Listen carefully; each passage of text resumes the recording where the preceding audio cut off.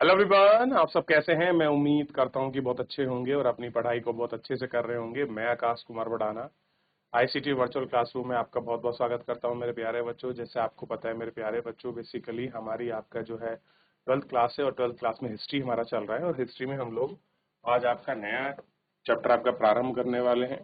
और इसी नए चैप्टर के अंतर्गत जो है मेरे प्यारे बच्चों, हम लोग जो है चैप्टर नंबर 7 है हमारा, एक साम्राज्य की राजधानी विजयनगर। यानी कि एक आपका साम्राज्य हुआ है और उस साम्राज्य की राजधानी थी विजयनगर। और विजयनगर को हम पढ़ेंगे लगभग 14वीं शताब्दी से लेके 16वीं शताब्दी तक, यानी कि 14th सेंचुरी टू आपका 16th जो सेंचुरी है, इसके बीच को हम लोग देखेंगे। आप मुझे बताइए कितने लोगों ने विजयनगर साम्राज्य के बारे में पढ़ा और सुना है। बताइए आप, कितने लोगों ने पढ़ा और सुना?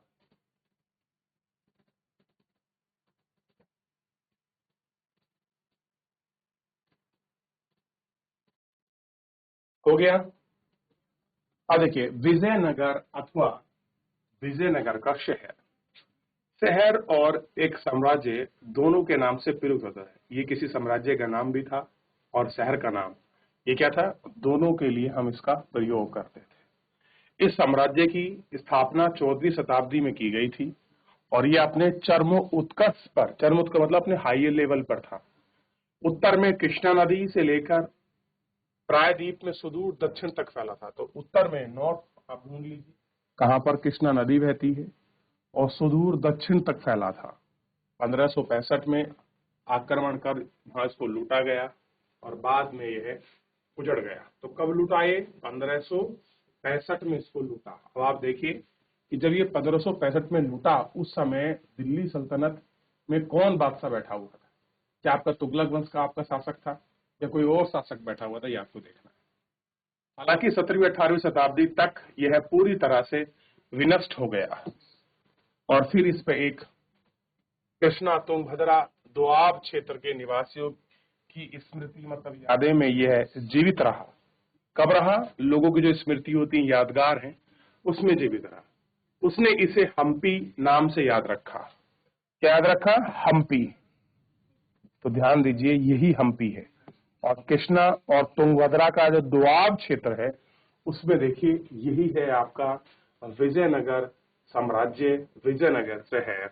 हरि और बुका नामक दो भाइयों ने आपका विजयनगर साम्राज्य की स्थापना की थी, दिखाई भी देगा। यह नाम का आविर्भाव यह स्थानीय मात्र देवी मां पंपा देवी के नाम से जुड़ा है। किससे है? एक वहां की स्थानीय देवी थी जिनका नाम था पंपा देवी। इन मौखिक परंपराओं के साथ साथ पुरातात्विक खोज, स्थापत्य कला, पुनः अभिलेख और दस्तावेज ने विजयनगर साम्राज्य को पुनः खोजने में आपकी सहायता की। कैसी की है? इन सबको, इन सारी चीजों को खोजने में आपकी सहायता की और देखा। क्लियर है? देखिए,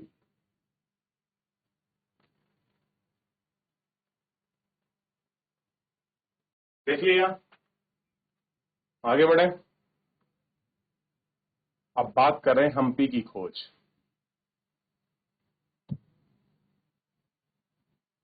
हम्पी ने भगनवेश 1800 ईस्वी में एक अभियंता तथा पुरातत्व कर्नल कॉलिन मैकेंजी द्वारा प्रकाश में लाए गए थे। मैकेंजी जो ईस्ट इंडिया कंपनी में क्या थे? कार्यरत थे। ठीक, कौन थे? मैकेंजी। इस स्थान का पहला सर्वेक्षण मानचित्र आपका तैयार किया। उनके द्वारा हासिल शुरुआती जानकारी विरूपाक्षी मंदिर तथा पंपा देवी के पूज्य स्थलों के पुरोहित की स्मृतियों पर आधारित थी। क्या थी? जो वहां के आपके पूजा स्थल के जो आपके पुरोहित थे, उन्होंने जो जानकारी दी थी विरूपाक्षी मंदिर और आपके पंपा देवी के, उसी के अनुसार उन्होंने चित्र बनाया। कालांतर में 1856 ईस्वी में छाया आपका चित्रकारों ने इस भवन के चित्र का संकलन आरंभ किया और शोधकर्ताओं ने उनका अध्ययन किया। 1836 में ही अभिलेखकर्ताओं ने यह और हम्पी के अन्य मंदिरों से भी दर्जनों अभिलेख क्या किए? इकट्ठा करना आरंभ कर दिया।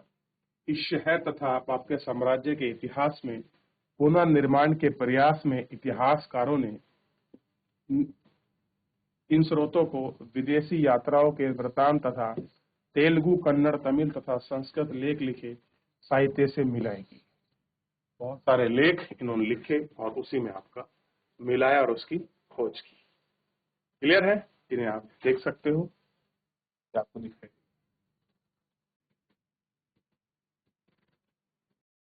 हो गया। चलिए आगे बढ़ जाते हैं और आगे बढ़ के इनको देखते हैं। यह है कर्नल मैकेंजी।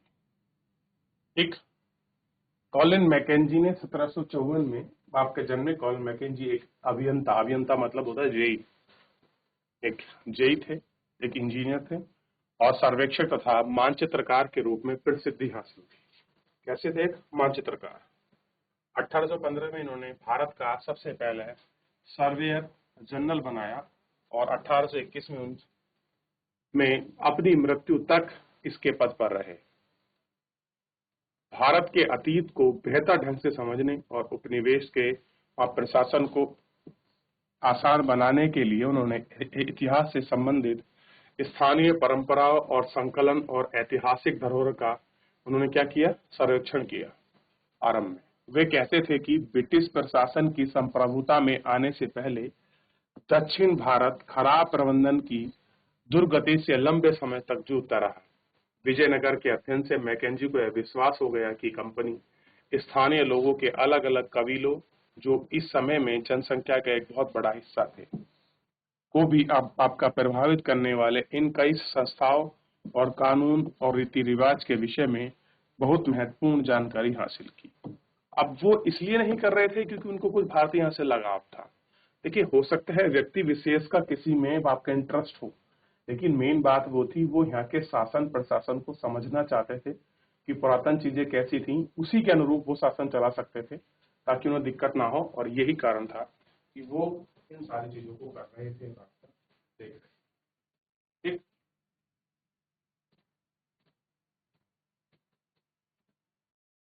अब देखिए,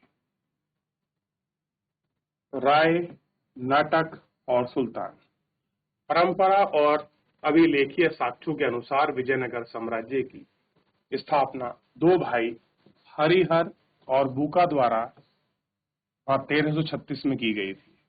इस साम्राज्य की अस्थिर सीमाओं में अलग अलग भाषा बोलने वालों तथा अलग अलग धार्मिक परंपराओं को मानने वाले लोग रहते थे। तो जब उसको नष्ट किया गया आपका 1565 में, इसको आपका विजय साम्राज्य को, और आपका 1336 में जब आपकी स्थापना की गई। आप मुझे बताइए, भारत में आपका कौन आपका बादशाह दिल्ली पर बैठा हुआ था? ध्यान दें।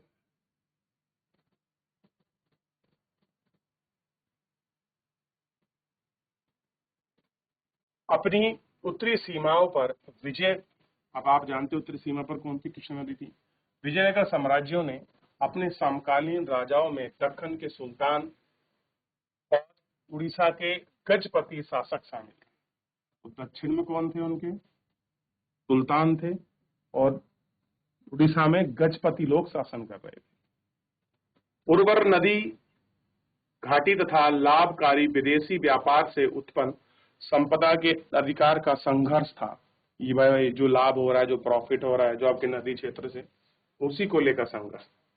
साथ ही इन राज्यों के बीच संपर्क से विचारों का आदान प्रदान विशेष रूप से स्थापत्य कला के क्षेत्र की लगे थे। विजयनगर शासकों की अवधारणा और भवन निर्माण की तकनीकों को ग्रहण किया, उन्होंने आगे और विकसित किया। इस साम्राज्य के कई भाग ने पहले शक्तिशाली राज्य जैसे तमिलनाडु, चोल, कर्नाटक होलसेल के राज्यों का विकास देखा। इन क्षेत्रों के शासक ने विशाल मंदिर जैसे तंजावुर के बृहदेश्वर मंदिर, वेल्लूर के आपका चिकनावेश्वर मंदिर को आपका संरक्षण किया और विजयनगर शासकों ने अपने आप को राय कहा। राय कहते थे इन परंपराओं को आगे बढ़ाने। जैसे हम आपका देखेंगे कि उन्होंने नई ऊंचाइयों तक पहुंचा। तो ध्यान दीजिए, तो विजयनगर साम्राज्य के जो आपके संरक्षक थे क्या कहलाते थे अपने आप को? वो राय कहलाना पसंद करते थे या राय कहलाते थे।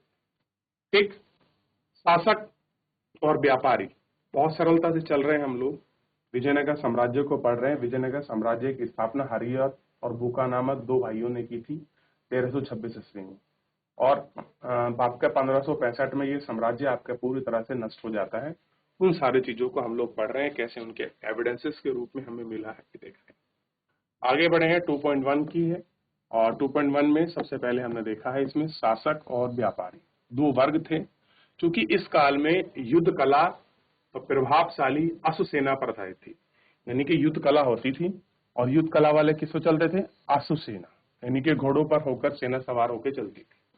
इसलिए प्रतिस्पर्धा राज्य के लिए अरब तथा मध्य एशिया से घोड़ों का आयात बहुत महत्वपूर्ण था। तो अरब और जो मिडल एशिया है वहां से क्या होते थे?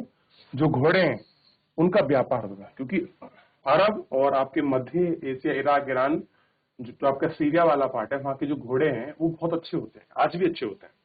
ठीक। बहुत आयात था, यानी कि उनको मंगवाते थे। यह व्यापारी आरंभिक चरणों में अरब व्यापारी द्वारा नियंत्रित था। व्यापारियों के स्थानीय समूह, जिन्हें आपका खुदराई, चेट्टी अथवा घोड़ों के व्यापारी कहा जाता था, इन्हें भी वियतनामियों में भाग लेते थे। जो 1498 में, यानी कि इस समय जब वास्को डी गामा भारत आया था, ने कुछ और लोगों को वहां पलट कर उसे भर दिया। पुर्तगाली थे जो उपमहाद्वीप के पश्चिमी तट पर आए थे। आपको बताया केरल के तट पर पहुंचे थे, कालीकट पर। उन्होंने बेहतर सामरिक तकनीकी, विशेष रूप से बंदूकों का प्रयोग इस काल में उलझी हुई और राजनीति में एक महत्वपूर्ण शक्ति बनकर उभरने लगे थे। अब बंदूक लेके आए तो भैया नया राजनीतिक रूप ही इन्होंने लिया। ठीक। तो अब ये देखिए, ये उस टाइम का एक विशाल मंदिर है।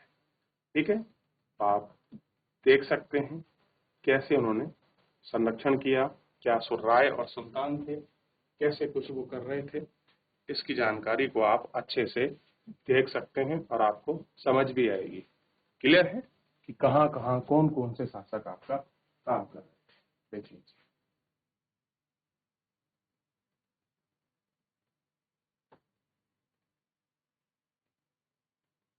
अब ये आपका तंजावुर का बृहदेश्वर मंदिर का गोपुरम, गोपुरम का मतलब होता है प्रवेश द्वार। जहां से मंदिर की एंट्री होती है उसी भाग को बोलते हैं गोपुरम। गोपुरम यानी कि आपके मंदिर का प्रवेश द्वार। दक्षिण भारत में आप जाओगे तो मंदिर के प्रवेश द्वार बड़े आपको ऊंचे मिलेंगे, उत्कृष्ट मिलेंगे। तो ये क्या है? ये सब आपके गोपुरम है। और स्तूप में आप इसको क्या पढ़ोगे? तोरण पढ़ोगे। और तोरण कैसे थे? एक इस तरीके से, एक इस तरीके से बना हुआ था, एक इस तरीके से खमला निकला हुआ था, इस तरीके से बने हुए थे, और यहाँ को डिजाइन था। ये क्या थे? ये आपके तोरण थे जो हमने स्तूपों में देखे थे, और मंदिरों के वहां प्रवेश के लिए हमको दिखाई दिया। इसको हमने क्या कहा? गोपुरम। क्लियर हो गया? आगे बढ़े। अब देखिए, विजयनगर भी मसालों, वस्त्र और रत्नों में अपने बाजार के लिए प्रसिद्ध था। तो क्या होते थे विजयनगर में? मसाले, वस्त्र और रत्न, इन सब के लिए क्या है? बाजारों में उसकी एक अपनी अलग प्रसिद्धि थी। ऐसे शहर को लिए व्यापार में एक प्रतिष्ठक मानक माना जाता था। समृद्ध जनता महंगी विदेशी वस्तुओं की मांग करती थी, विशेष रूप से रत्न और आभूषण की। किसकी? जेम्स एंड ज्वेलरी जो होते हैं आपके डायमंड्स वगैरह, उन लोगों की वो लोग क्या करते थे? डिमांड करते थे। दूसरी ओर व्यापार से राजस्व राज्य की समृद्धि और महत्वपूर्ण आपका योगदान देती थी। ठीक। राज्य का चरमोत्कर्ष तथा पतन। राजनीति में सत्ता के दावेदार में शासकीय वंश की सदस्यता तथा सैनिक कमांडर शामिल थे। पहले राजवंश में जो संगम राजवंश कहलाए थे, 1485 तक नियंत्रित रखा गया। उन्हें सुल्वों ने उखेड़ फेंका, जो आपका सैनिक कमांडर थे। 503 तक सत्ता में रहे।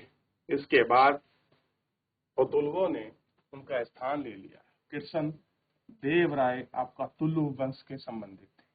अब देखिए, राज्य सत्ता में रहे, दावेदारी करी, कमांडर रहे, और इस विजयनगर साम्राज्य में सबसे पहले जो वंश था उस वंश का नाम था संगम वंश। तो ध्यान देखिए, तो विजयनगर में सबसे पहला जो वंश आएगा वो वंश कहलाएगा संगम वंश। ये कब है? 1485। स्थापना कब हुई संगम की? 1336 में। उन्हें अब संगम वंश आया और उनका नियंत्रण, उन्हें सुलभों ने उखाड़ फेंका। अब उनके बाद आगे संगम के बाद आए सुलभ, ठीक, जो आपका सैनिक कमांडर थे और 1503 तक सत्ता में रहे। और आपका सुलभों के बाद आप गए तुलुवो। तो पहला वंश, दूसरा वंश और आपका तीसरा वंश। और मतलबों ने लिया, और कृष्ण देव राय तुलु वंश से संबंधित थे। बड़े महत्वपूर्ण शासक माने जाते हैं कृष्ण देव राय दक्षिण भारत के। कृष्ण देव राय ने शासक के चारित्रिक विशेषताओं का विस्तार और दृढ़ किया। इसमें तुंगभद्रा और कृष्णा नदियों के बीच का क्षेत्र, यानी कि रायचूर का दोआब, यानी कि कृष्णा और जो आपका तुंगभद्रा नदी है उसके बीच का जो क्षेत्र है उसको कहते हैं रायचूर।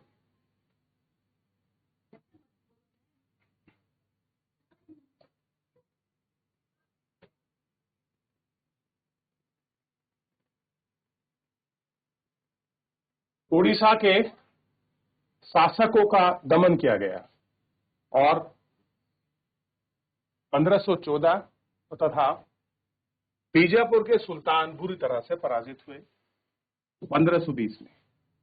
हालांकि राज्य हमेशा सामरिक रूप से तैयार रहता था, लेकिन फिर भी अतुलनीय शांति और समृद्धि की स्थिति फला फूला।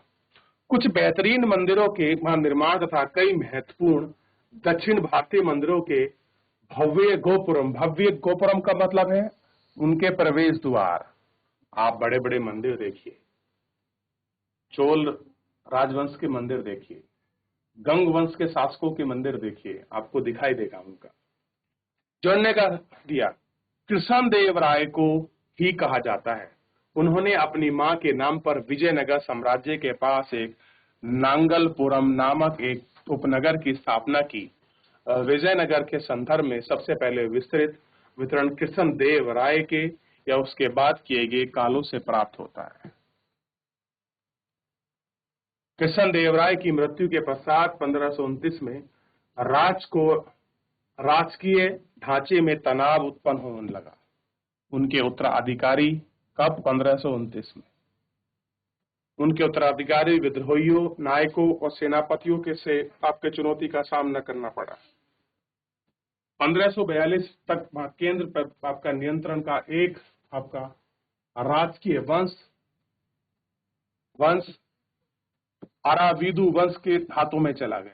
अब तुलु वंश से कहां चला गया? अराविदु हाथों में चला गया, जो 17वीं शताब्दी के अंत तक आपके सत्ता में आपके काजिब रहे। इन्होंने क्या रखा?